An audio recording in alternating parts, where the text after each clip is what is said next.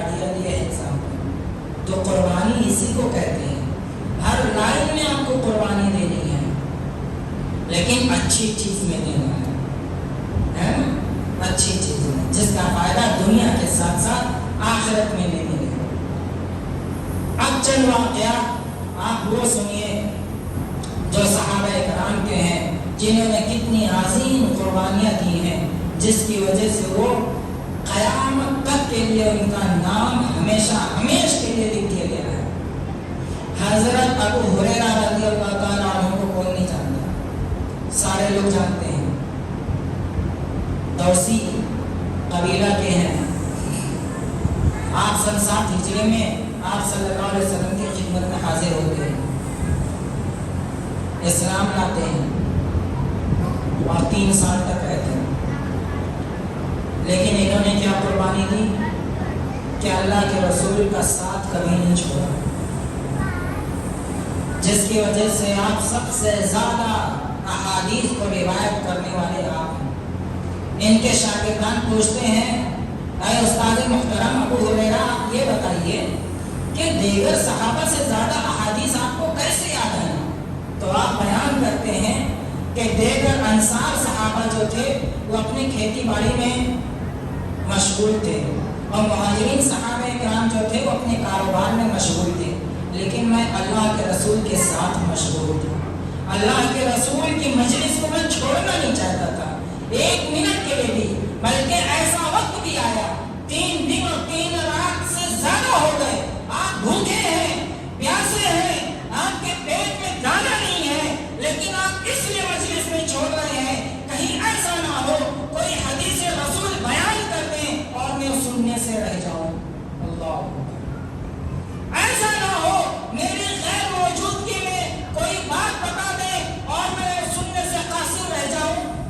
تو آپ نہیں چھوڑتے آپ کی مجلس، آپ بھوکے ہیں، سمجھتے ہیں کہ میں بھوکا ہوں، اللہ کے رسول بھی جانتے ہیں۔ ایک بار آپ اشاروں میں پوچھتے ہیں کہ اللہ کے رسول کو ایک آیت آتی ہے جس میں سب سے پہلے آپ پوچھتے ہیں حضرت عمر رضی اللہ تعالیٰ عنہ سے کہ ایک آیت ہے جس میں کھانا کھلانے کی بہت فضیلت ہے، وہ کون سی آیت ہے؟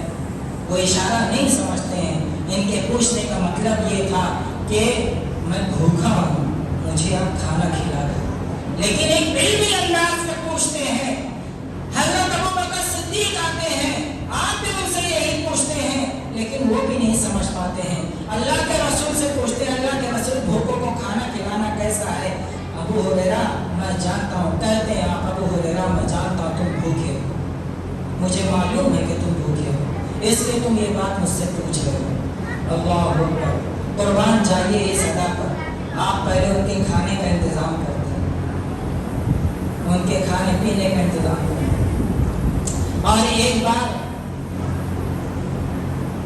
غزوہ احزاب میں 3 مہینے سے زیادہ ہو گئے، سارے صحابہ کرام بھوک و پیاس سے بلک رہے ہیں، کھانے کو کچھ نہیں ہے، تو اسی میں معجزہ بھی ہوتا ہے۔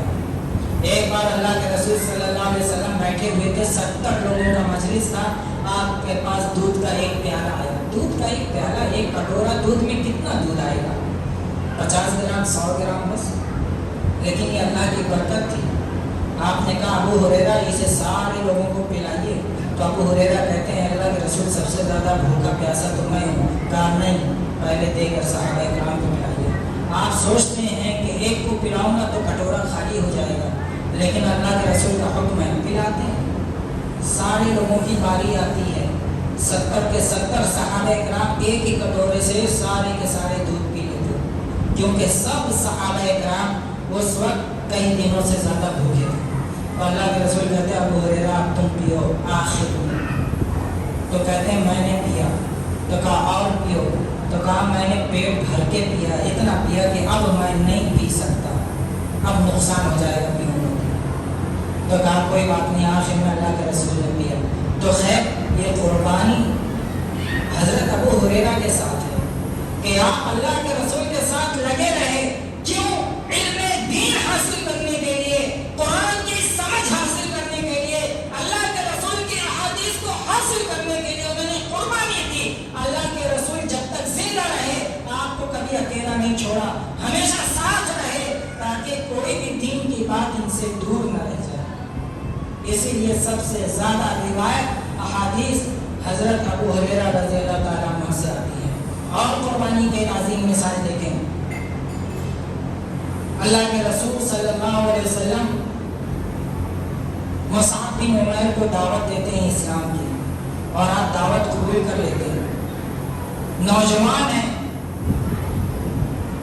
تقریباً 16 سال کی عمر ہے، اسلام قبول کرتے ہیں، لیکن اسلام قبول کرنے سے پہلے بہترین لائف اسٹائل تھی، ایسا کپڑا پہنتے تھے لوگ چھو کر دیتے تھے، مصعب یہ کپڑا کہاں سے منگایا تم نے؟ کیسے ہم لوگ گاڑی دیکھتے ہیں کسی کے گھر بار کو دیکھتے ہیں، کیا بہترین بنایا، کیا بہترین کام لیا ہے، تو لوگ مصعب جو خوشبو لگا کر نکل جاتے تھے تو گلیاں اور راستے مہکتے تھے کہ یہاں سے مصعب کا گزر ہوا ہے۔ عمر کتنی ہے؟ 16 سال۔ جس گھوڑے پر سوار ہوتے لوگ تمنا کرتے کاش کہ یہ گھوڑا ہمارے پاس ہوتا، اللہ اکبر۔ لیکن یہی مصعب جب اللہ کے رسول سے بیعت کرتے ہیں، اسلام لاتے ہیں، تو ساری چیز کو، دنیا کی ساری رنگینیوں کو، دنیا کی ساری آرائشوں کو چھوڑ دیتے ہیں اور دین سیکھنے پر لگ جاتے ہیں۔ اتنا گہرا دین سیکھتے ہیں کہ مدینہ والے جب اسلام قبول کرتے ہیں تو کہتے ہیں کہ ہمیں ایک عالم کی ضرورت ہے جو ہماری دینی ضرورت کو پوری کرے، دین کے بارے میں رہنمائی کرے۔ تو اللہ کے رسول کس کو بھیجتے ہیں؟ مصعب بن عمیر کو۔ اللہ اکبر۔ قربان چاہیے جوانوں، اگر تمہارے اندر بھی اخلاق ہو، علم ہو، آداب ہو، حکمت ہو، دنیا کے قیادت کرنے کی صلاحیت ہو، تو آج بھی تمہیں کوئی نہیں روک سکتا ہے، تمہیں وہ منزل مل کر رہے گا جو صحابہ کرام کو اللہ رب العالمین نے نوازا۔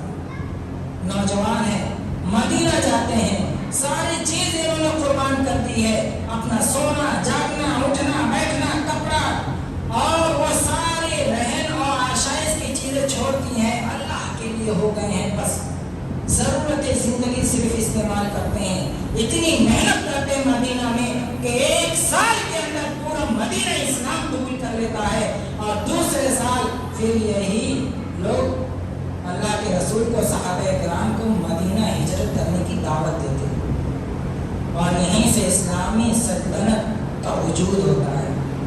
اللہ کے رسول مکہ چھوڑ کے پھر مدینہ آ جاتے ہیں۔ یہ کس کی کوشش تھی؟ یہ کس کی قربانی تھی؟ مصعب بن عمیر کی، ایک نوجوان کی قربانی تھی کہ جس نے پورے مدینہ کو اسلام میں داخل کر دیا، اور وہ مدینہ جو کبھی کفار اور مشرکین کی جگہ ہوا کرتی تھی، اب وہ مدینہ اسلام کی جگہ ہے، اسلام کی ریاست ہے، اور اللہ کے رسول اور صحابہ کرام کی ایک بہترین جگہ ہے جہاں پر جان دینے والے لوگ حاضر ہیں، جہاں پر مال دینے والے حاضر ہیں، جہاں پر اشاروں میں اپنی جان کو قربان کرنے والے حاضر ہیں۔ اللہ، یہ ہے عظیم قربانی کہ ایک نوجوان نے قربانی دی تو پورا مدینہ اسلامی ریاست بن گیا۔ صہیب رومی رضی اللہ تعالیٰ عنہ کو کون نہیں جانتا ہے؟ ہجرت کے وقت سارے مہاجر صحابہ کرام نے مکہ چھوڑ کے مدینہ آئے، کتنی قربانیاں دی، انہوں نے اپنی جان بھی دے دی، کئی صحابہ کرام نے مال چھوڑ دیا، کئی صحابہ کرام نے مال اولاد چھوڑ دیا، اپنی کمائی، اپنا دکان، اپنا بزنس، ساری چیز کو چھوڑ کے اللہ کی رضا کے لیے رسول کے ساتھ مدینہ پہنچ گئے۔ یہ ہے قربانی، اسی قربانی کی بات ہے۔ تب اللہ رب العالمین نے کہا کہ سارے کے سارے لوگوں سے اللہ راضی ہے، اور وہ اللہ سے راضی ہے، اور ان کے لیے جنت ہے۔ اللہ، دنیا میں جنت کی بشارت مل گئی۔ تو اسی میں سے کئی صحابہ کرام کا واقعہ ہے۔ ایک صہیب رومی ہے، صہیب رومی بھی مکہ سے مدینہ جانا چاہتے ہیں، کفار مکہ آ کر لوگ روک لیتے ہیں، کہتے ہیں نہیں صہیب تم ایسے نہیں جا سکتے، یہ کپڑا تم نے مکہ میں کمایا ہے، یہاں پر پہنا ہے، اس کپڑے کو پہن کر مدینہ نہیں جا سکتے، یہ سواری تم نے مکہ میں رہ کر کمائی اور کاروبار کیا، بزنس کیا ہے، لہذا مکہ کی دولت مدینہ نہیں لے جا سکتے، یہ تمہارا بیلنس، یہ تمہارے دینار، یہ تمہاری اشرفی، یہ تم نے مکہ میں رہ کر کمایا ہے، تم مکہ میں لے کر مکہ چھوڑ کر جا رہے ہو، یہ دولت ساتھ لے کر نہیں جا سکتے، یہ مال اولاد، یہ تمہاری بیوی، یہ بال بچے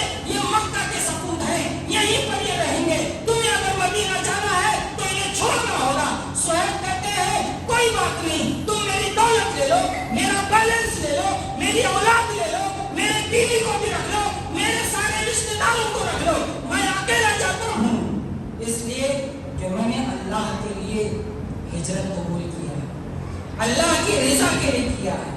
صہیب رومی مدینہ پہنچتے ہیں، ساری چیزوں کو چھوڑ کے پیدل جاتے ہیں، دوسرے سے مدد لیتے ہیں، مدینہ پہنچتے ہیں۔ جبرائیل امین آپ کا واقعہ بیان کرتے ہیں کہ صہیب نے بہترین سودا کر کے آیا، صہیب نے بڑی قربانی دے کر آیا۔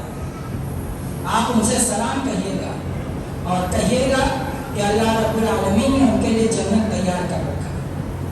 یہ بشارت تھی آسمان سے اس عظیم قربانی کے لیے، اتنی بڑی قربانی۔ اللہ کے رسول کہتے ہیں صہیب تمہاری ساری باتیں مجھے معلوم ہیں کہ تم نے کس مشقت کے ساتھ، کس قربانی کے ساتھ، کس پریشانی کے ساتھ تم نے ہمارے لیے، ہمارے پاس آنے کے لیے یہ ساری مشقتیں برداشت کی ہیں۔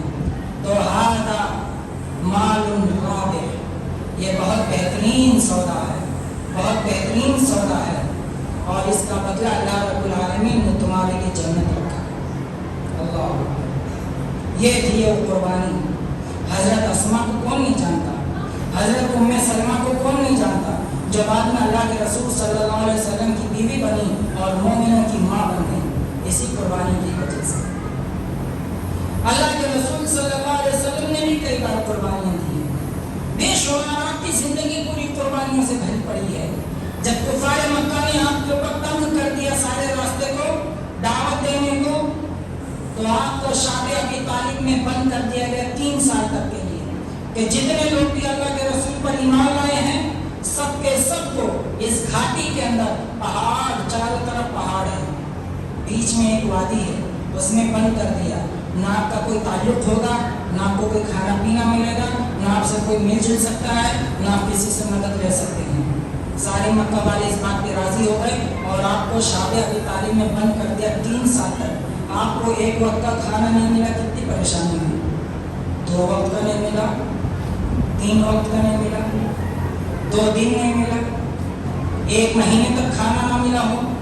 اللہ کے رسول کو 3 سال گزر گئے، 3 سال تک کھانا ڈالنا نصیب نہیں ہوا۔ صحابہ کرام بیان کرتے ہیں کہ ہم جانوروں کے چمڑے کو چوسا کرتے تھے، پانی میں بھگو کے باری باری اس کو چوسا کرتے، ہر ایک پتے کھایا کرتے تھے، اور 3 سال کا عرصہ گزر گیا اس قربانی میں۔ کتنے سال کا عرصہ؟ 3 سال کا۔ یہ عظیم قربانی تھی۔ غزوہ احزاب میں کفار مکہ نے مدینہ کو محاصرہ کر لیا اور ہر چیز کا جانا آنا بند ہو گیا، جس کی وجہ سے کھانے کی قلت ہو گئی۔ 3 مہینے سے زیادہ ہو گیا ہے، سب کے گھر میں کھانا نہیں ہے، پانی نہیں ہے، پانی ہے لیکن کھانے کے لیے دانا نہیں ہے، پانی کی بھی قلت ہو گئی ہے۔ لیکن کس طریقے سے زندگی گزرتی ہے اس کی ایک مثال دیکھیے۔ جابر بن عبداللہ بیان فرماتے ہیں کہ اللہ کے رسول کے بھوک اور پیاس کو مجھ سے دیکھا نہیں گیا۔ ایک بار میں نے سوچا کہ لاؤ اللہ کے رسول کو کھانے کا انتظام کرتے ہیں، اس لیے کہ مہینے سے زیادہ ہو گیا ہے کہ آپ نے کچھ نہیں کھایا ہے۔ صحابہ کرام خندق کھود رہے ہیں، سب بتاتے ہیں اللہ کے رسول ہم تو ایمان لائے ہیں اللہ کے لیے، یہ آزمائش بہت سخت ہے، بھوک اور پیاس اور کمزوری کا یہ عالم ہے کہ پیٹ پر ہم نے پتھر باندھ رکھا ہے۔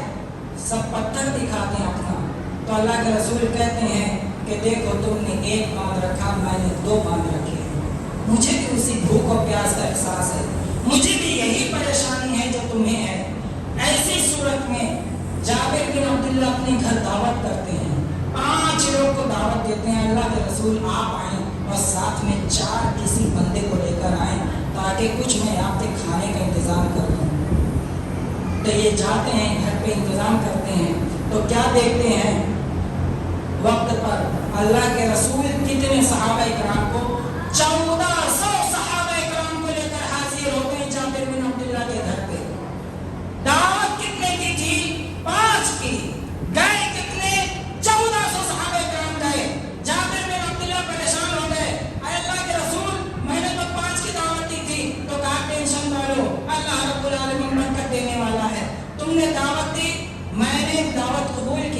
اور یہ سارے لوگوں کو اللہ رب العالمین اپنے فضل و کرم سے کھلائے گا۔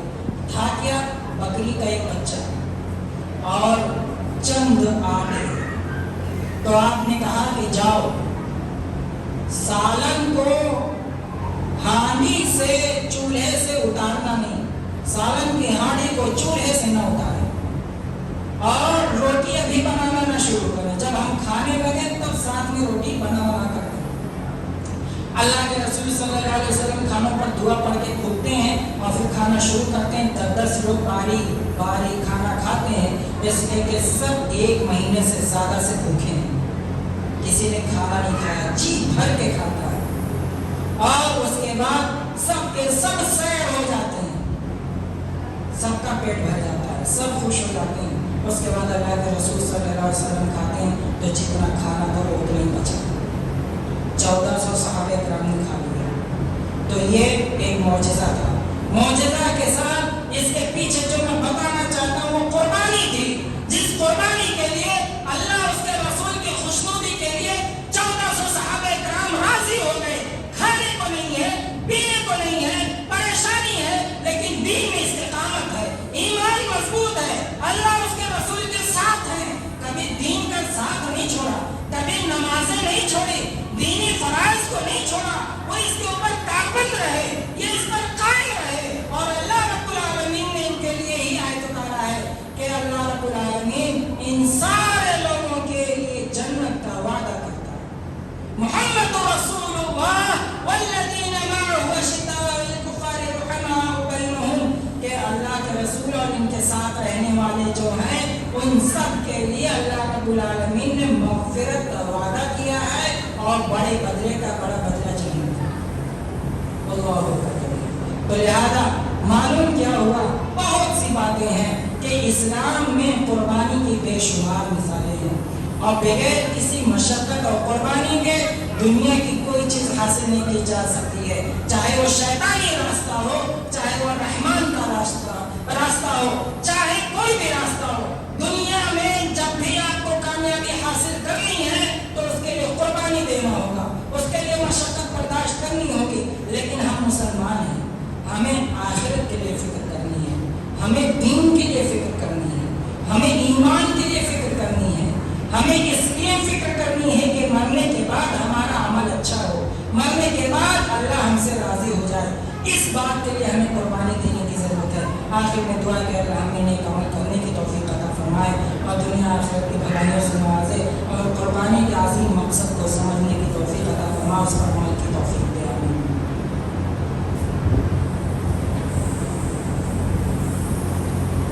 بسم اللہ والحمد للہ والصلاة والسلام علی رسول اللہ۔ قال رسول اللہ صلی اللہ علیہ وسلم خیر الناس من ينفع للناس، کہ تم میں سب سے بہترین وہ ہے جو دوسروں کو فائدہ پہنچائے۔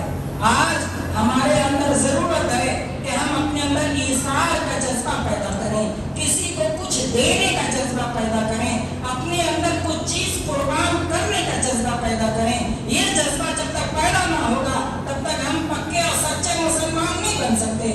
صحابہ کرام کے بارے میں آتا ہے وَيُؤْثِرُونَ عَلَىٰ أَنفُسِهِمْ وَلَوْ كَانَ بِهِمْ خَصَاصَةٌ، کہ یہ اپنے اوپر دوسروں کو ترجیح دیتے تھے چاہے انہیں کتنی ہی سخت ضرورت نہ ہو۔ اللہ کے رسول کے پاس مہمان آتے ہیں مدینہ میں، مہمان جیسے ہی آتے ہیں تو اللہ کے رسول کے گھر میں کھلانے پلانے کا انتظام نہیں ہے۔ آپ بیان فرماتے ہیں کوئی ہے جو میرے مہمانوں کی ضیافت کرے؟ ابو طلحہ تیار ہو جاتے ہیں۔ ابو طلحہ بھی اللہ کے رسول سے محبت کی خاطر فوراً وہاں پر حامی بھر لیتے ہیں، لیکن جب گھر میں لے کر جاتے ہیں مہمانوں کو، پتہ کیا چلتا ہے کہ گھر میں کھانا نہیں ہے، کھانا صرف اتنا ہی ہے کہ بیوی کھا لے، بچے کھا لیں بس۔ لیکن آپ کیا کرتے ہیں کہ نہیں، بچوں کو بھوکا سلا دو، اس لیے کہ آج مہمان رسول ہیں، آج مہمان رسول ہے ہمارے پاس۔ اور ہوتا یوں ہی ہے کہ مہمان کو جیسے ہی کھانا پیش کیا جاتا ہے چراغ بند کر دیتے ہیں، رات کا وقت ہے چراغ بند کر دیا، کیوں؟ تاکہ ان کو لگے کہ ہم بھی کھا رہے ہیں، اشاروں سے منہ چبا رہے ہیں تاکہ لگے سامنے والے مہمان کو کہ ہم بھی کھانا کھا رہے ہیں، حالانکہ کھانا ہے ہی نہیں، لیکن یہ اشارہ ہے۔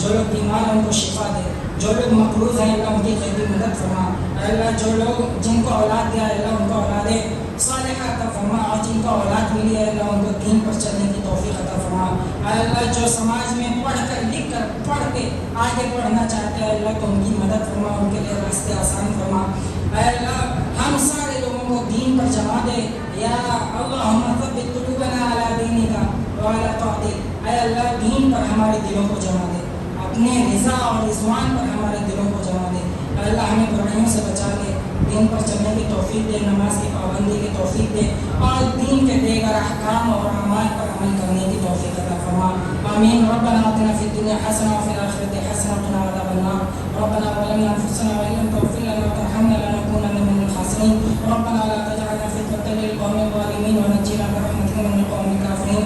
ربنا هب لنا من ازواجنا وذرياتنا قرة اعين واجعلنا للمتقين اماما. ربنا اصرف عنا عذاب جهنم ان عذابها كان غراما انها ساءت مستقرا مقاما. ربنا اغفر لنا ولاخواننا الذين سبقونا بالايمان ولا تجعل في قلوبنا غلا للذين امنوا ربنا انك رؤوف رحيم. ان الله وملائكته يصلون على النبي يا ايها الذين امنوا صلوا عليه وسلموا تسليما. اللهم صل وبارك على محمد وعلى ال محمد كما صليت وباركت على ابراهيم وعلى ال ابراهيم انك حميد مجيد. ان الله يامر بالعدل والاحسان وايتاء ذي القربى